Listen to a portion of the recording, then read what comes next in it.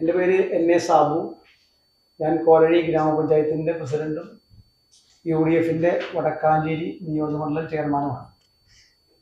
എനിക്കെതിരെ 2 ദിവസം മുമ്പ് ഇതേ പ്രസ് ക്ലബിൽ എൻ്റെ ഒരു ബന്ധു ഈ വാർത്താ സമ്മേളനം നടത്തുന്നുണ്ടായി.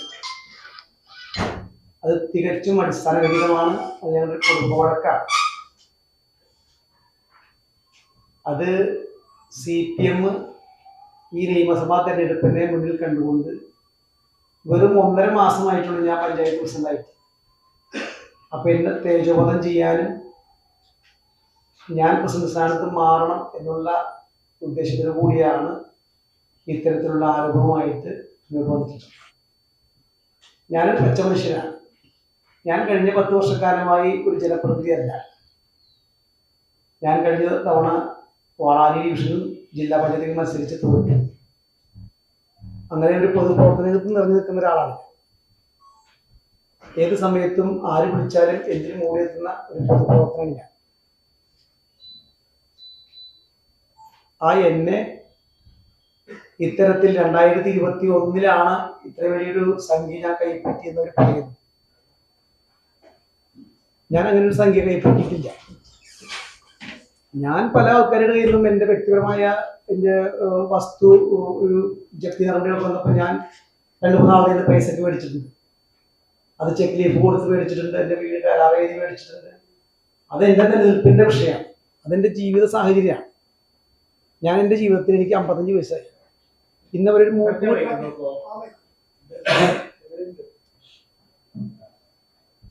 ഒരു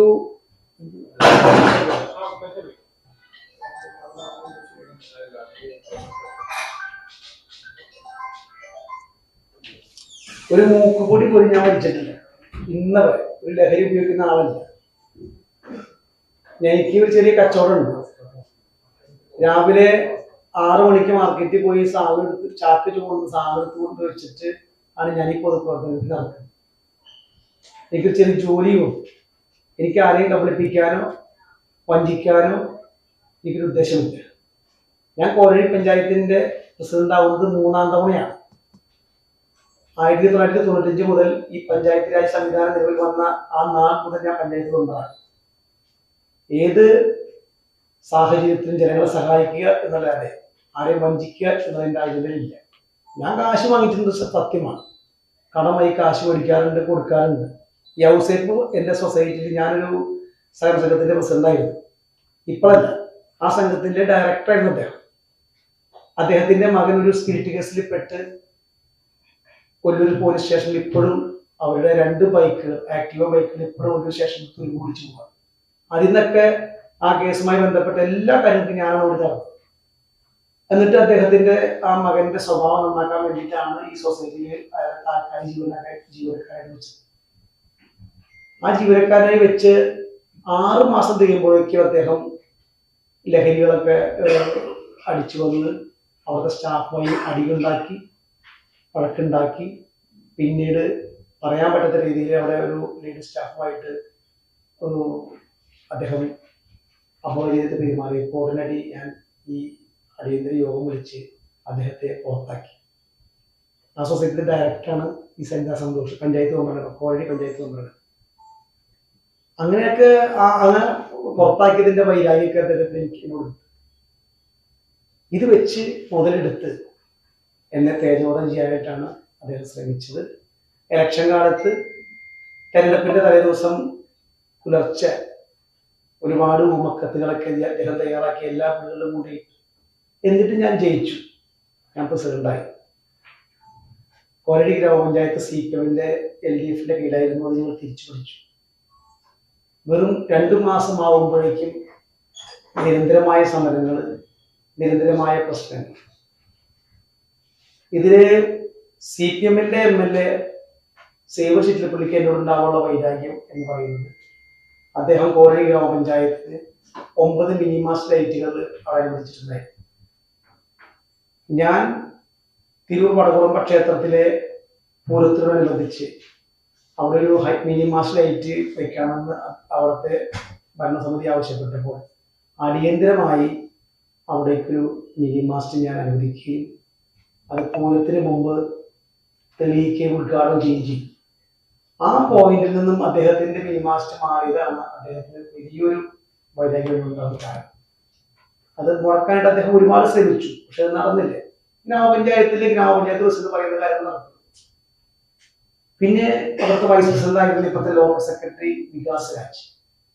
അദ്ദേഹം അവിടുത്തെ കോഴി ഗ്രാമപഞ്ചായത്തിന്റെ പഴയ വൈസ് പ്രസിഡന്റാണ്. കഴിഞ്ഞ 5 വർഷക്കാലമായി അദ്ദേഹത്തിന്റെ ഒരു ബന്ധുവിന്റെ കാറാണ് കോഴി ഗ്രാമപഞ്ചായത്തിന്റെ എഞ്ചിനീയറിംഗ് വിഭാഗത്തിന് വേണ്ടി ഓടുന്നത്. ഞാൻ ആ രേഖകളൊക്കെ പരിശോധിച്ചപ്പോൾ ആ കാറിന്റെ ഉടമസ്ഥൻ, അതായത് ടെൻഡർ വെച്ചിരിക്കുന്ന ആള് 2.5 വർഷമായി മരണമടഞ്ഞു പോയതാണ്. ആ പരേതനാണ് ഇപ്പോഴും ആ കാറിന്റെ എഗ്രിമെന്റ് തുക പഞ്ചായത്തിന് വാങ്ങിക്കൊണ്ടിരിക്കുന്നത്. അങ്ങനെ ഒരുപാട് രേഖകൾ ഞാൻ കയ്യിലെടുത്ത് വികസന സെമിനാറിൽ ഇദ്ദേഹം വന്നവിടെ പ്രശ്നങ്ങൾ ഉണ്ടാക്കിയപ്പോൾ ഞാൻ പറഞ്ഞു, ഇതൊക്കെ ഞാൻ പുറത്തു വിടും എന്ന് പറഞ്ഞപ്പോൾ അദ്ദേഹം ആകെ ഹാലിളകി.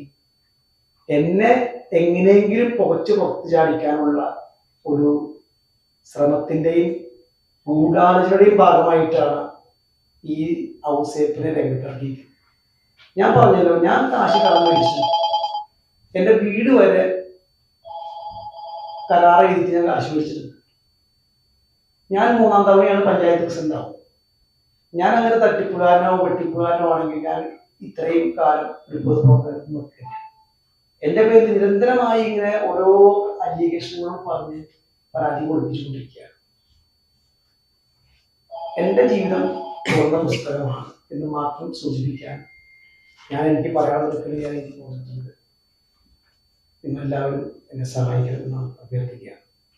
ഈ ഔസേപ്പിനെ 2 ദിവസം മുമ്പ് കോലടി പഞ്ചായത്തിന് മുന്നിൽ കൊണ്ടുവന്ന് പ്രദർശിപ്പിച്ച് എന്നെ മാനഹാനി വരുത്തുന്നതിന് വേണ്ടി ശ്രമിച്ചപ്പോൾ എൻ്റെ സഹപ്രവർത്തകർ കോലടി ഗ്രാമപഞ്ചായത്ത് വൈസ് പ്രസിഡന്റാണ് സുമിത ഷാജി, SC ബിജു പഞ്ചായത്ത് മെമ്പറാണ്. അവർ കടന്നു പോകുമ്പോൾ അവരെ ഷോളോട് തട്ടി പ്രകോപിപ്പിച്ചു. അവർ സാമാന്യ നിങ്ങൾ ഈ വഴിയിൽ നിന്ന് മാറി നിൽക്കുന്നു. അങ്ങനെ അവരുടെ കൂട്ടത്തിലായി. ഈ സ്ത്രീകളെ എങ്ങനെയാണ് ഒരു പബ്ലിക്കിന്റെ മുമ്പിൽ പറയാൻ പാടില്ലാത്ത വാക്കുകൾ ഉപയോഗിച്ചുകൊണ്ട് ഒരു ഗുണ്ട എങ്ങനെയാണ് പെരുമാറുക എന്നുള്ള പോലത്തെ പെരുമാറി അവര് ഇന്നലെ വൈകുന്നേരമാണ് കോപ്പറേറ്റീവ് ഹോസ്പിറ്റലിൽ ഡിസ്ചാർജ് ചെയ്തത്. പോലീസ് കേസ് എടുത്തിട്ടുണ്ട്. അപ്പൊ അത് ഇതിന്റെ കൗണ്ടർ കേസ് കൊടുത്തു. ഇവരുടെ പേരിൽ കൗണ്ടർ കേസ് കൊടുത്തു. കാരണം ഭരണസ്വാധീനം ഉണ്ടല്ലോ. എന്തായാലും സത്യം ജയിക്കുന്ന വരെ പോരാടും, ആത്മഹത്യ ചെയ്യില്ല. Thank U.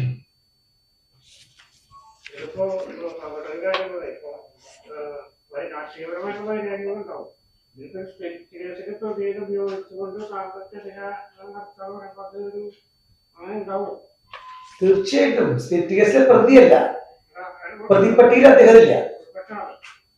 അദ്ദേഹത്തിന്റെ വണ്ടി, അദ്ദേഹത്തിന്റെ ഈ ഔസേപ്പിന്റെ ആക്റ്റീവ ബൈക്കും അദ്ദേഹത്തിന്റെ മകൻ മീഗുവിന്റെ ബൈക്കും ഇന്നും കൊല്ലൂർ പോലീസ് സ്റ്റേഷനിൽ തുരുപിടിച്ച് പോയിക്കൊണ്ടിരിക്കുകയാണ്. അവരുടെ വീട്ടിലാണ് കുക്കറിൽ വാറ്റിയറിയാൻ മാറ്റുന്നത്. അങ്ങനെ ആ ഒരു ബന്ധത്തിന്റെ പേരിലാണ് ഞാനും അദ്ദേഹവും തമ്മിൽ ഈ പയ്യനെ അവിടെ സ്വഭാവം നടക്കാൻ എന്നുള്ള പേരിലാണ് അവിടെ ജോലിക്ക് താൽക്കാലികമായി വെച്ചത്.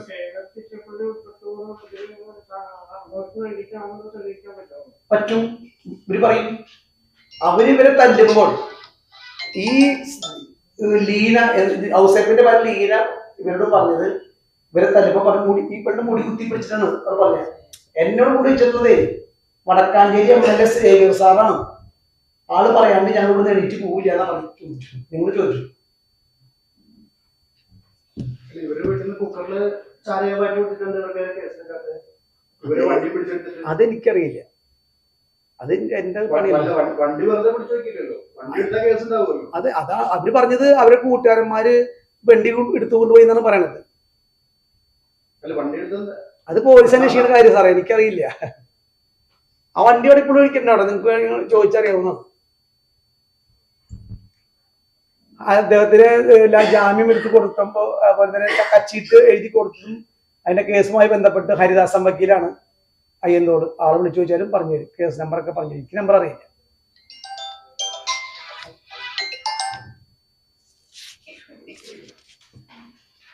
പറഞ്ഞോളൂ. പറഞ്ഞോ.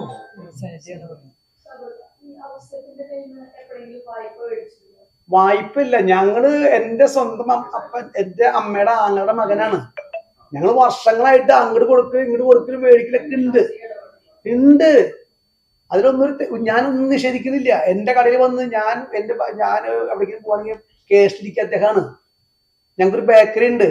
എന്റെ ചേട്ടൻ ഭാര്യ വീട്ടിൽ മൈസൂർക്ക് പോകണമെങ്കിൽ ആ കേസിലേക്ക് നിങ്ങളാണ്. എന്റെ സൊസൈറ്റി ഡയറക്ടർ ആയിരുന്നു. ഞങ്ങൾ തമ്മിൽ ഈ ഒരു കാര്യമാണ് അദ്ദേഹത്തിനെ പ്രകോപിപ്പിച്ചെന്നാണ് ഞാൻ വിശ്വസിക്കുന്നത്.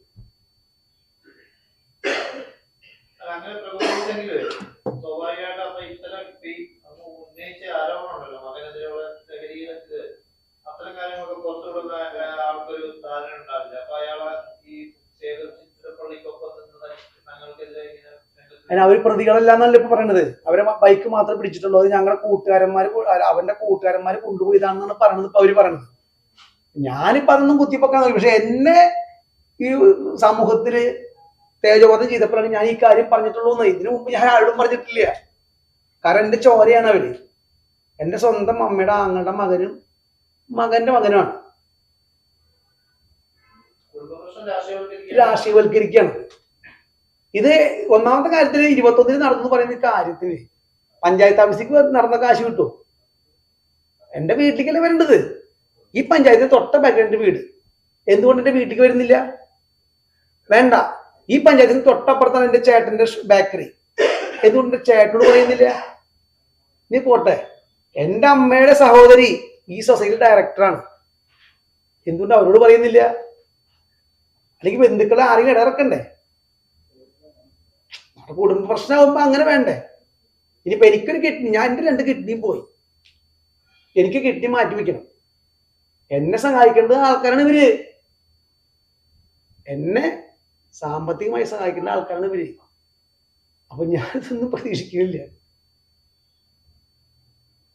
ഞാൻ ഇന്ന് രാവിലെയും കൂടി ഒരു ഫോൺ കോള് രാത്രി നിലവിളിച്ച് ഒരു ചേച്ചി വിളിച്ചപ്പോൾ ഞാൻ ഇന്ന് രാവിലെ UDFന്റെ ആംബുലൻസ് കൊണ്ടുപോയി അവർ മെഡിക്കൽ കോളേജ് ഉണ്ടാക്കിയിട്ട് ഞാൻ ഇപ്പൊ വരുന്നത്. എന്റെ ഭാര്യ പറഞ്ഞു, ഞാൻ എടുത്ത് ചാടി ആംബുലൻസ് കൊണ്ടുപോയി സാബേട്ട പോടില്ല, ഞാൻ കൂടി വരാം. എന്നോട് പറഞ്ഞു ഞാനിവിടെ വരാം, ഇത് ട്രാപ്പാവും ചിലപ്പോ. അപ്പൊ നീ കയറി എന്തായാലും ആംബുലൻസ് കൊണ്ട് വിളിക്കണേ, കയറി നീയും കയറിക്കോളാൻ പറഞ്ഞു. എന്റെ ഭാര്യയൊക്കെ ഞാൻ പോയി കോക്കുളങ്ങര അമ്പലത്തിന്റെ അവിടെ അന്വേഷിച്ച് നടന്ന് ഞാൻ ആ സ്ത്രീ ബോധരഹിതർക്ക് കിടക്കണം. വാതിൽ ചവിട്ടി തുറന്നിട്ടാണ് ഞാൻ അവരെ എടുത്ത് ഹോസ്പിറ്റലിൽ കൊണ്ടുപോയി. അങ്ങനെ 24 മണിക്കൂറും പൊതുപ്രവർത്തന രംഗത്ത് നിൽക്കുന്ന എന്നെയാണ് ഇങ്ങനെ തേജോധം ചെയ്യാൻ ശ്രമിച്ചുകൊണ്ടിരിക്കുന്നത്. ഞാൻ ആത്മഹത്യ ഒന്നും പോകുന്നില്ല. എന്നെ ജയിലിൽ പിടിച്ചിട്ടാലും എന്തെങ്കിലും തെളിയും. ഞാൻ കാശ് കൊടുക്കാണ്ടില്ല എന്ന് ഞാൻ പറയണില്ല. ഞാനൊരു പച്ച മനുഷ്യൻ. ഞാൻ സ്വർണ്ണക്കാരൻ്റെ വായിൽ വെച്ച് ജനിച്ചു വന്നൊന്നുമല്ല. ഞാനൊരു സാധാരണക്കാരൻ്റെ മകനാണ്. പക്ഷെ എൻ്റെ ജീവിതത്തിൽ ഇന്ന് വരെ ഞാനൊരു ലഹരി ഉപയോഗിച്ചിട്ടില്ല. അതുകൊണ്ട് ഞാൻ പിടിച്ചു നിൽക്കുകയാണ്. എൻ്റെ നിരപരാധിത്വം പറയാനുള്ള വേദിയാണ്. വിളിച്ചു വരുത്തി. അതല്ല, അത് ഞാൻ പറഞ്ഞുതരാം. അത് ഞാൻ പറയാം. അതായത് എലക്ഷന്റെ തലേദിവസമാണ് പരാതി കൊടുത്തത്. എലക്ഷന്റെ എന്റെ തലേദിവസം പരാതി കൊടുത്തിട്ട് എന്നെ പൂട്ടാനുള്ള ശ്രമമാണ്. ഞാൻ പോയി, എനിക്കിപ്പോ എന്താ ഭയപ്പെടാനുള്ളത്? ഞാൻ പോയി കാര്യങ്ങൾ സിയോട് വിശദീകരിച്ചു. അപ്പൊ സി പറഞ്ഞ ഒരു കാര്യം കൊടുക്കാൻ വേണ്ടിട്ട് ഒപ്പിടാൻ പറഞ്ഞു. ഞാൻ അവർ പറഞ്ഞ പോലെ ഞാൻ ഒപ്പിട്ട് കൊടുത്തു. എന്റെ ചേട്ടനെ വിളിച്ചു, ചേട്ടൻ പറഞ്ഞ് നമുക്ക് കൊടുക്കാം. അങ്ങനെ 2 തവണയായിട്ട് 1 ലക്ഷം രൂപ കൊടുത്തു ഞാൻ. മനസ്സിലായി? ഇതിനുള്ളിൽ വേറെ കുറെ കാര്യങ്ങൾ കൂടെ പറയാൻ പറ്റില്ല. എന്റെ കുടുംബ പ്രശ്നമാണ്. അതാണ്, വേറെ ഒന്നുമല്ല. അദ്ദേഹത്തിന് ഞാൻ പറഞ്ഞല്ലോ, അദ്ദേഹം 30-28 ലക്ഷത്തിൽ പറഞ്ഞത്. അയാൾക്ക് കാശ് കൊടുക്കാൻ ഞാൻ ഇല്ല. സത്യത്തിൽ ഞാൻ കാശ് കൊടുക്കാനില്ല. പക്ഷെ അയാള് അദ്ദേഹവുമായി ബന്ധപ്പെട്ട് ചില LIC, അയാളുടെ ഭാര്യ LIC ആയിരുന്നാണ്. എൻ്റെ വൈഫ് മാസം എൻ്റെ മകളുടെ പേരുള്ള ചെക്കുകൾ കൊടുക്കാറുണ്ട്. അപ്പോൾ ചിലപ്പോൾ വേരിയേഷൻ വരും, എമൗണ്ട് വേരിയേഷൻ വരുമ്പോൾ ഞങ്ങൾ ചെക്ക് കൊടുക്കും. നമ്മുടെ കൂടപ്പുറപ്പല്ലേ. അങ്ങനെ 2-3 ചെക്ക് അയാളുടെ പേര് പെട്ടുപോയി. അത് ആണ് ഞാൻ പെട്ടത്. സത്യത്തില് എനിക്ക് ഇതിൽ കൂടുതലൊന്നും പറയാനില്ല.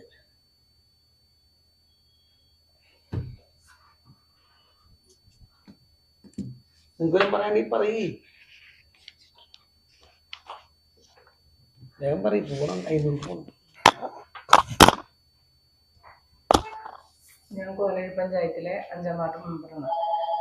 സംഭവ ദിവസം ഞാനും സുമിത ഷാജി വൈസ് പ്രസിഡന്റും കൂടിയിട്ട് പഞ്ചായത്തിലേക്ക് വരുന്ന സമയത്ത് ഇവർ രണ്ടാള് ഫ്രണ്ടിലിരിക്കുന്നുണ്ട്, സമരത്തിലിരിക്കുന്നുണ്ട്. ഞങ്ങൾ പോകുമ്പോൾ ഇവർ അനാവശ്യമായിട്ട് CPM ആൾക്കാരും ഇവരും കൂടിയിട്ട് അനാവശ്യം പറഞ്ഞ് ഞങ്ങളത് മൈൻഡ് ചെയ്യാണ്ട് ഞങ്ങൾ മുകളിലേക്ക് പോയി. അത് കഴിഞ്ഞ ഒരു 1:30-1:45 സമയമായപ്പോൾ ഞങ്ങൾ അവിടെ തന്നെ വേറൊരു മെമ്പറുടെ പാരൻസിൻ്റെ വെഡിങ് ആനിവേഴ്സറി ഉണ്ട്. അപ്പോൾ അതിന് പോകാനായിട്ട് ഞങ്ങൾ താഴേക്ക് ഇറങ്ങി വന്നു. അപ്പോൾ ഞാൻ ടാക്സ് അടയ്ക്കാനായിട്ട് ആൾക്കാർ അതിൽ വന്ന് നിൽക്കണം. അപ്പോൾ അവർക്ക് ടാക്സ് അടയ്ക്കാൻ ഇവരോട് ചോദിക്കണം എന്തെന്ന് പഞ്ചായത്തിൽ എന്താണെന്ന് വെച്ചാൽ പഞ്ചായത്തിൽ അതിനുള്ള സൗകര്യം ഇല്ല, നിങ്ങൾ പൊക്കുവന്നു. ഞങ്ങൾ ചോദിച്ചാൽ എന്താ അങ്ങനെ പറഞ്ഞതെന്ന്. നിങ്ങൾക്ക് ഫാമിലി പ്രശ്നമാണെങ്കിൽ നിങ്ങൾ ഇവിടുന്ന് മാറിയിരിക്കുക എന്ന് വെച്ച് കഴിഞ്ഞാൽ പഞ്ചായത്തിലേക്ക് വരുന്നവരെ തടസ്സപ്പെടുത്താണ്ട് നിങ്ങൾ മാറിയിരുന്ന് സമരം ചെയ്യാൻ പറഞ്ഞു. പിന്നെ അതിൽ ആ ബോർഡ് വെച്ചതിൽ ഒരു പാർട്ടിയുടെ ചിഹ്നം വെച്ചിട്ട് ബോർഡ് ചെയ്യരുതെന്നും പറഞ്ഞിട്ടുണ്ടായിരുന്നു. അപ്പോൾ അവര് ഞങ്ങൾ പറഞ്ഞപ്പോൾ പോലീസിനെ ഞങ്ങൾ അറിയിച്ചിട്ടുണ്ടായിരുന്നു. അവർ ആ ഫ്ലെക്സ് ബോർഡും കൊണ്ട് അവർ മാറിയിരുന്ന് കുറച്ച് പോണ വഴിക്ക് ആ സ്ത്രീ എന്നോട് പറഞ്ഞു, സാറ് പറഞ്ഞിട്ട് വേണം, പറഞ്ഞെങ്കിൽ ഞങ്ങൾ സമരം നിർത്തുള്ളൂ എന്ന് പറഞ്ഞു. നിങ്ങൾ സമരം നിർത്താൻ നിങ്ങൾ അങ്ങോട്ട് മാറുന്നു. അപ്പം ഞാൻ ചോദിച്ചു ഏത് സാറ് പറഞ്ഞിട്ടെന്ന് ചോദിച്ചാൽ സേവർ ചിറ്റിലപ്പള്ളി സാറും വികാസ് സാറും പറഞ്ഞിട്ടാണ് ഞങ്ങൾ ഇങ്ങോട്ട് വന്നത്. അത് പറഞ്ഞെങ്കിൽ മാത്രമേ മാറുള്ളൂ. അപ്പം അത് നിങ്ങളന്ന് അവിടെ പോയിരുന്നോളൂ എന്ന്. അത് കഴിഞ്ഞ് ഇവര് വികാസരാജിനെ വീണ്ടും വിളിച്ചു വരുത്തിയിട്ട് വികാസരാജ് വന്നു കഴിഞ്ഞപ്പോൾ വീണ്ടും ആ ഫ്ലെക്സ് ബോർഡ് വീണ്ടും ഇവിടെ കൊണ്ടുവയ്ക്കേണ്ടായിട്ടുണ്ട്. ആ കൊണ്ടുവച്ച സമയത്ത് ഞങ്ങൾ പറഞ്ഞു ഇവിടെ വെക്കാൻ പറ്റില്ല, നിങ്ങൾക്ക് ഫാമിലി പ്രശ്നമാണെന്നുണ്ടെങ്കിൽ നിങ്ങൾ ആ NS സാബുവിന്റെ കടയും വീടും തൊട്ടടുത്തുണ്ട്, അവിടെ കൊണ്ടുപോയിട്ട് സമരം ചെയ്യുക, ഇവിടെ പറ്റില്ല എന്ന് പറഞ്ഞു. അത് കഴിഞ്ഞപ്പോൾ വികാസരാജ് ഏറ്റെടുത്തു. എന്നെ എന്ന് വെച്ചാൽ ഒരു സ്ത്രീയെ എന്തോരം അധിക്ഷേപിച്ച് സംസാരിക്കാമോ അത്രത്തോളം മോശമായിട്ടാണ് ആള് അവിടെ സംസാരിച്ചിട്ടുണ്ടായിരുന്നത്. പിടിച്ചു വലിച്ച റോഡിലേക്ക് വണ്ടികൾ തിരൂർ സെന്ററിലാണ്, കോലഴി പഞ്ചായത്ത് അറിയാമല്ലോ എല്ലാവർക്കും, ആ സെന്ററിലേക്ക് എന്നെ വലിച്ച് കൊണ്ടുപോയി ചെയ്തത്. അപ്പൊ എന്നെ കൊണ്ടുപോകണം കഴിഞ്ഞപ്പം നമ്മുടെ വൈസ് പ്രസിഡന്റും SC ബിജുവും കൂടിയിട്ട് 5ാം വാർഡ് മെമ്പറാണ് ഞങ്ങൾ വന്ന്. അവര് 3-4 ആൾക്കാര്, വികാസരാജ്, അരുൺ, നവീൻ, പിന്നെ ഈ ഔസേഫ് എന്ന് പറഞ്ഞ ആളും ലീന എന്ന് പറഞ്ഞ സ്ത്രീയും കൂടിയിട്ട് ഞങ്ങൾ വലിച്ച റോഡിലേക്ക്. പിന്നീട് കൊണ്ടുപോകുമ്പോൾ നവീനും അരുണും മാത്രമായി. വികാസ് അവിടെ നിന്നിട്ട് വികാസ് എന്നെ തെറി എന്തൊക്കെയാ പറയാൻ പറ്റും, ഒരു സ്ത്രീ എന്തോരം അധിക്ഷേപിച്ച് പറയാൻ പറ്റും അത്രത്തോളം. ഇനി ഒരു പറയാനില്ല എന്ന് വെച്ച് കഴിഞ്ഞാൽ ഒരു പട്ടിയെ എങ്ങനെ വലിച്ചു കൊണ്ടുപോകണം. ഒരു പ്രാവശ്യം ചെയ്യുന്നത് അബദ്ധം, രണ്ടാമത് വീണ്ടും ഇത് തന്നെ ആവർത്തിച്ച് വന്നിട്ട്. അതുപോലെ തന്നെ ലീന എന്ന് പറഞ്ഞ സ്ത്രീ പറയണ പഞ്ചായത്തിന്റെ ഓഫീസിന്റെ ഉള്ളിലേക്ക് കടന്നു വന്നിട്ട് പറയണ, നീ അവനെ റൂമിൽ ഒളിപ്പിച്ച് വെച്ചേക്കല്ലേ, അവൻ ആ റൂമിൽ നിന്ന് ഇറക്കി വിടടി എന്ന് പറഞ്ഞിട്ട് തെറി ഞാൻ ഇവിടെ പറയാനില്ല. അതുപോലെ കോൺഗ്രസില് തെറി പറഞ്ഞിട്ട് തന്നെ പറയുന്നത്, ആണുങ്ങളില്ലേ നിങ്ങൾ പെൺകുണ്ടകളെ ഇറക്കിയേക്കണമെന്ന് ചോദിച്ചിട്ടുണ്ട് വികാസരാജ്. ആൾക്ക് പഞ്ചായത്തിന്റെ ഉള്ളിൽ വന്നിട്ട് സ്ത്രീകളോട് മോശമായിട്ട് പെരുമാറേണ്ട ആവശ്യമില്ല. ഇവർക്കൊക്കെ തമ്മിൽ ഫാമിലി ഇഷ്യൂസ് ഉണ്ടെങ്കിൽ അത് അവരുടെ വീട്ടിൽ പോയി തീർക്കുക, അല്ലെങ്കിൽ പഞ്ചായത്തിൽ വരുന്ന മെമ്പർമാരോടോ അല്ലെങ്കിൽ സ്ത്രീകളോടോ ആരോടോ അല്ലത് മോശമായിട്ട് കാണിക്കേണ്ടത്. ഇവര് കാണിച്ചത് അത്രത്തോളം മോശമായിട്ട് എന്ന് വെച്ച് കഴിഞ്ഞാൽ ഇവർക്ക് ആ അവസരത്തിൽ എന്ന് പറഞ്ഞാൽ അവരെ ചവിട്ടലും ഇങ്ങർക്ക് കഴുത്തില് ഇത് പറ്റി എന്നെയാണ് കൂടുതലായിട്ട് ഉപദ്രവിച്ചത്, ശാരീരികമായിട്ടും ഉപദ്രവിച്ചു. ഒരു സ്ത്രീയെ പറ്റാവുന്ന പുലഭ്യം എത്ര പറയാൻ പറ്റും അത്രത്തോളം. അങ്ങേര് കഴിഞ്ഞ പ്രാവശ്യം വൈസ് പ്രസിഡന്റ് ആയിരുന്ന ആളാണ്, അങ്ങനത്തെ നിയമവശങ്ങളൊക്കെ അറിയാവുന്നതാണ്.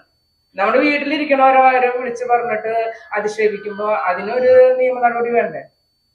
അത്രയും ഞങ്ങൾ ചെയ്തിട്ട് ഞങ്ങൾ അതിന്റെ പേരിൽ നമ്മളെ ഇത്രത്തോളം ആളുടെ പേര് വെച്ചിട്ട് നമ്മൾ പഞ്ചായത്ത് ഓഫീസിൽ വരുന്നത് ജനങ്ങളുടെ കാര്യങ്ങൾ അന്വേഷിക്കാൻ വേണ്ടിയിട്ടാണ് വരുന്നത്. അല്ലാണ്ട് പ്രസിഡന്റിനും മെമ്പർമാർക്ക് അല്ലെങ്കിൽ വനിതാ മെമ്പർമാർക്ക് പ്രത്യേകം മുറികൾ ഒരുക്കിയിട്ട് വേറെ ആവശ്യങ്ങൾക്കല്ല വരുന്നത്. അത്രത്തോളം അധിക്ഷേപിക്കുമ്പോൾ അവർ കൂടെ നിൽക്കണവരും അവർ കൂടെ വന്നവർ വരെ ഞങ്ങൾ മെമ്പർമാർ വേണ്ട ഒരു സ്ത്രീകളിൽ നിന്നൊരു പരിഗണന വെക്കാണ് ഞങ്ങൾ തെറി വിളിച്ച് പോയിരുന്നത്. അവിടെ പരാതി ഞങ്ങൾ കൊടുത്തിട്ടുണ്ട്. ഞങ്ങൾ 2 ദിവസം ഞങ്ങൾ ഹോസ്പിറ്റലിൽ അഡ്മിറ്റ് ആയിരുന്നു, പോകുന്നുണ്ടായിരുന്നു. ഇത് ഇങ്ങനെയുള്ള ആള് എന്ന് വെച്ച് കഴിഞ്ഞാൽ ഒരു വികസന സെമിനാർ ഉണ്ടായിരുന്നു. ഇയാള് കഴിഞ്ഞ പ്രാവശ്യത്തെ ആ ഗുണ്ടായിസം വെച്ച് തന്നെ ഇപ്രാവശ്യം അവിടെ വന്ന് കാണിക്കില്ല. കഴിഞ്ഞ പ്രാവശ്യം ഓഫീസിൽ ഉണ്ടായിരുന്ന ഒരു സ്റ്റാഫിന് പോലും എന്ന് വെച്ച് കഴിഞ്ഞാൽ അവര് ഗവൺമെന്റ് സ്റ്റാഫ് എന്നുള്ള ലോക്കൽ സെക്രട്ടറി ഞങ്ങൾ റെക്കോർഡ് ചെയ്തിട്ടില്ല.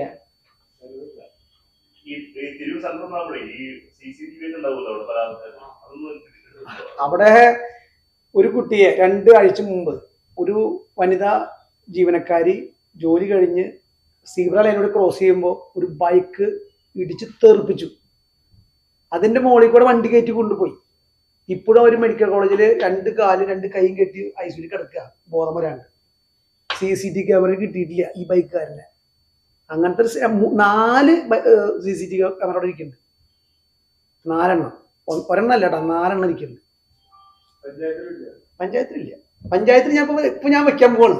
5 ക്യാമറ വെക്കാനുള്ള പൈസ ഇപ്പൊ ഈ റിവിഷനിൽ വെച്ചിട്ടുണ്ട്. ഞാൻ വെച്ചിട്ടുണ്ട് ഇപ്പൊ. അത് ഇപ്പൊ ടെൻഡർ വിളിക്കുന്നത് ഞാൻ ചെയ്തിട്ടുണ്ട്. ഇല്ല, കൊടുത്താൽ അതൊന്ന് കൊടുക്കുള്ളൂ. കേസെടുത്തു.